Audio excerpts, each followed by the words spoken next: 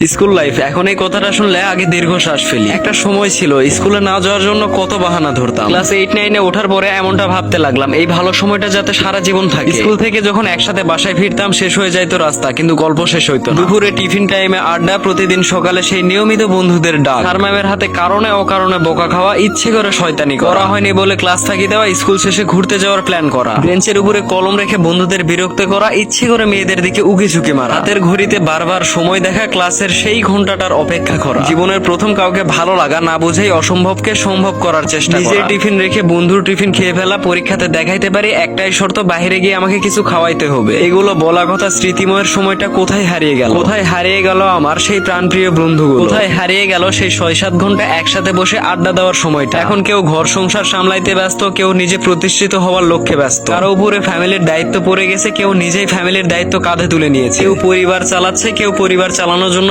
Struggle করতেছে। সময়ের পরিবর্তনে সবাই দূর দূরান্ত স্থানে অবস্থান করতেছে, কিন্তু এমন একটা সময় ছিল যেদিন 1-2 দিনের বেশি আমরা দেখা না করে থাকতাম না। দিনের মধ্যে আমাদের 7-8 ঘন্টা একসাথে কাটানো হইতো। এখন এমন একটা পরিস্থিতি হয়ে দাঁড়িয়েছে, দিনে 7-8 মিনিটের জন্য কারোর সাথে কারো দেখা হয় না। সত্যি সময়ের নির্মম পরিহাসে আরো কত কি জীবন থেকে হারিয়ে ফেলবো। দেখতে দেখতে স্কুল জীবন শেষ হয়ে গেল, মনে হলো এই তো কিছুদিন আগে, কিন্তু কিছুদিন বলতে বলতে যে 2 বছর এভাবে কেটে যাবে ভাবতে পারিনি। তবে অনেকটাই পার্থক্য রয়েছে। এই কলেজ লাইফের 2 বছরে যে স্মৃতিটা জমাইছি, স্কুল লাইফের লাস্ট 1 বছরের স্মৃতির কাছে কলেজ লাইফের 2 বছরের স্মৃতি সামান্য কিছু। জীবনে যতই যাই হোক, স্কুল জীবনের বন্ধু বান্ধবের মতো কখনো বন্ধু বান্ধব হয় না। এটা আপনি তখনই উপলব্ধি করতে পারবেন যখন আপনি প্রতিষ্ঠিত হবার লক্ষ্যে দৌড়াবেন। দেখতে দেখতে স্কুল জীবন শেষ হয়ে গেল, আবার কলেজ জীবনটাও শেষ হয়ে গেল, ভার্সিটি জীবন আসতে চললো। তবে আর যাই হোক, স্কুল জীবনের মতো আসলে কোনো জীবন উপলব্ধি করা যাবে না। কলেজ লাইফ, ভার্সিটি লাইফ এতটা স্মৃতিময় হবে না যতটা স্মৃতির পাতায় আমার এই স্কুল জীবনটা জড়িয়েছিল। এখন শুধু দিন শেষে একটাই আক্ষেপ থেকে যায়, সেই প্রাণপ্রিয় বন্ধুগুলো কি সবাই আবার একসাথে হওয়া হবে না? সেই প্রাণপ্রিয় বন্ধুদের সাথে আর কি মজা করে কথা বলা যাবে না? আজকের ভিডিওটিতে আপনার সেই